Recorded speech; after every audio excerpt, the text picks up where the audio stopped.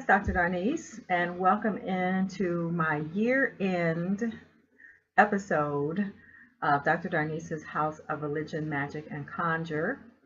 And I wanted to come on, as I said I would in the last video, and give you some tips on your end of the year ritual.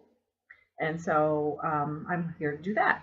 So I wanted to get it up a little bit before the 31st. To give you some time to get some things together for yourself if you need to, because you'll need some resources. As I've been saying to you over these last few videos, you got to gather together the things that you want to use to help you set yourself up for success in 2019. The first thing that you need to do, though, is release 2018. And so you got to get your mind right about that. And so we can use some magical resources to help us get our minds right and release some old things. So, take some quiet time between now and the 31st to think about what you definitely do not want to take with you into the new year. You're setting yourself up for success for 2019. I'm going to be working with some clients in my first 31 group.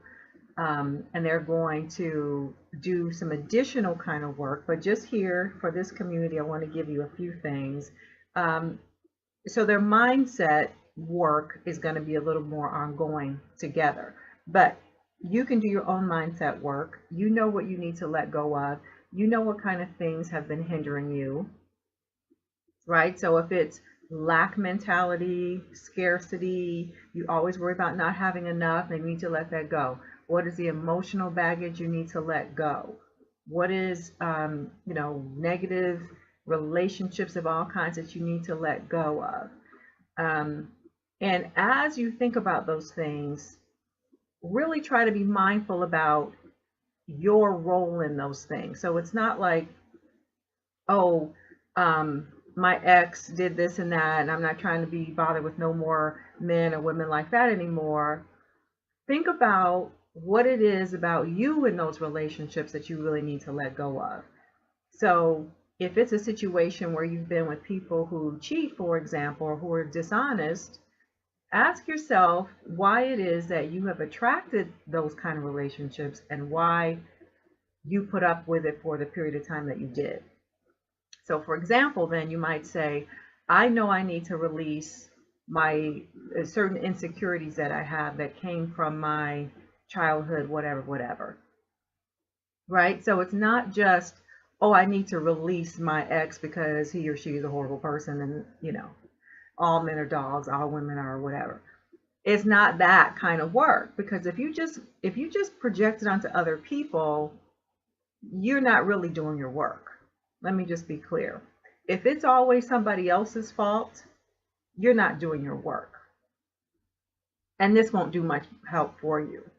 So if it's always, those people at my job or that person over there, this, it can't always be them, right? It's got to be that you are in it. You're the common denominator. So when you're doing your work about what you want to let go of, and everybody has something, so I'm not just trying to beat up on people, but everybody has something, right? Doing the work means you're aware of your own contribution to your own circumstances.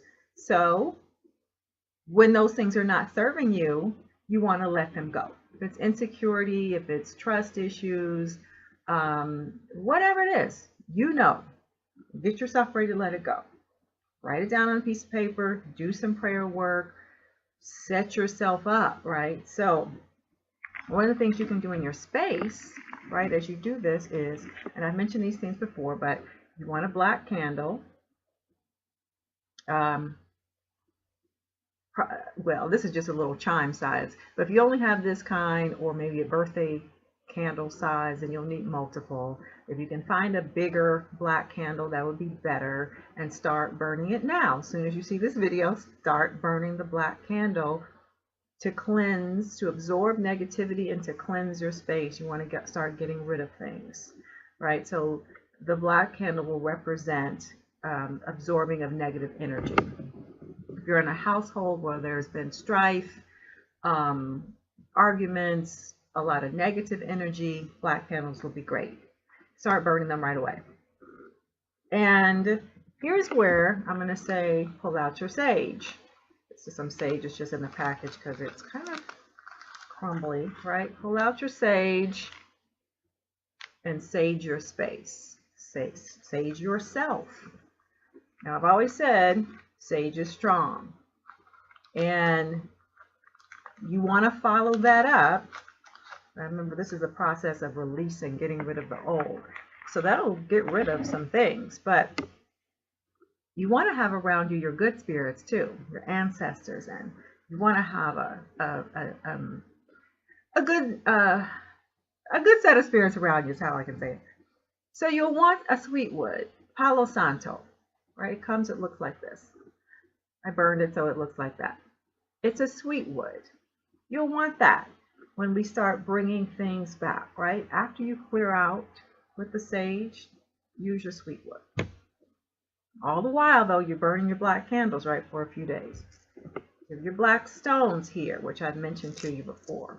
So I've got some onyx and obsidian here in my hand. Black stones. You know, and maybe you find that you have it in jewelry. Oftentimes I wear, I go back through my jewelry collection and I find that I've been collecting stones for a lot longer than I actually knew I was, because I was collecting them in the form of jewelry. So I have several things that are onyx, and so you might just pull that out. Start wearing your black jewelry if you have onyx or obsidian, tourmaline, some black tourmaline. Put these things around your home, around your room, around your space. Put your black stones out. Again, absorbing the negative energy, grounding you, right? So as you do this introspective work, it's good to have some grounding stones. You can carry them in your pocket as you go about your day. Carry them in your handbag. Carry them in your bra, wherever you want to carry them, right? So that's what we're going to do to sweep things away. And then I'll give you just a little bit on what we're going to do once we get into the new year. Because now you've cleared space. Oh, one other thing, salt for cleansing. So you may even, like I have, as I've mentioned before, a jar of salt and some black stones where, and I keep it around my door. It's just where I keep the black stone. And I keep around my door, so protection also.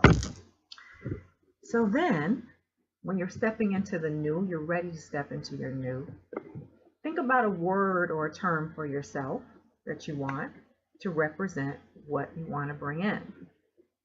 I'll share with you that my word for 2019 is metamorphosis.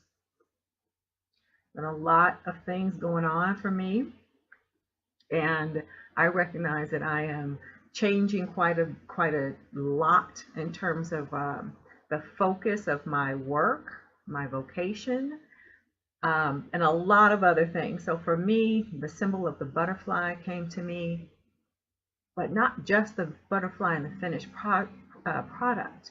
The whole process of the caterpillar into the cocoon, going through that process and coming out something else. So for me, it's metamorphosis. What's going to be your word or your term for 2019? Get that in your mind, you know, so you can start plugging into that as an intentional practice throughout the year.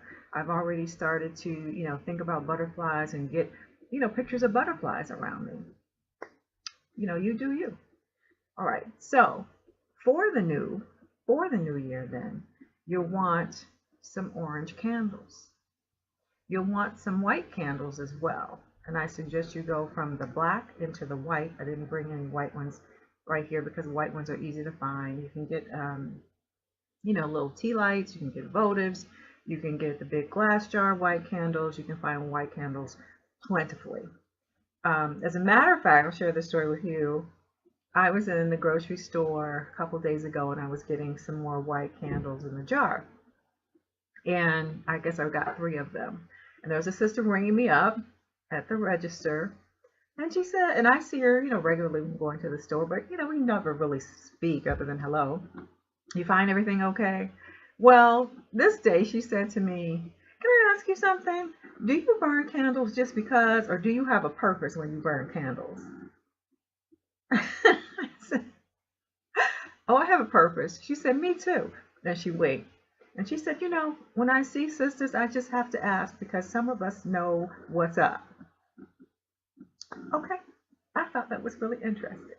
So get your white candles going and then your orange candles. Because as I've said before, orange candles are your road openers, your opportunity candles, right? So when you're trying to open your way for new things, then you want your orange.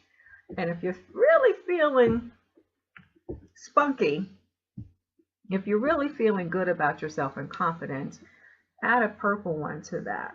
The purple one stands for your personal power and your will. So if you have, these are the small ones that are easier to find, but whatever size you find is fine. Put the purple in there too. That is you establishing your will in terms of what you want, and have your petition, write out in your paper, write out what it is that you're trying to step into for 2019. And so that is a bit of hoodoo for you.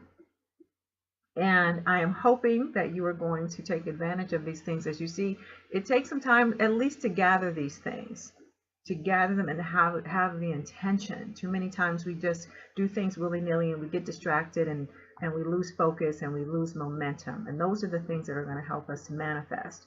And that's what we're about right now. We're using what we know, what we've inherited from our African traditions to help set us up for success in 2019 and these times, let's just say.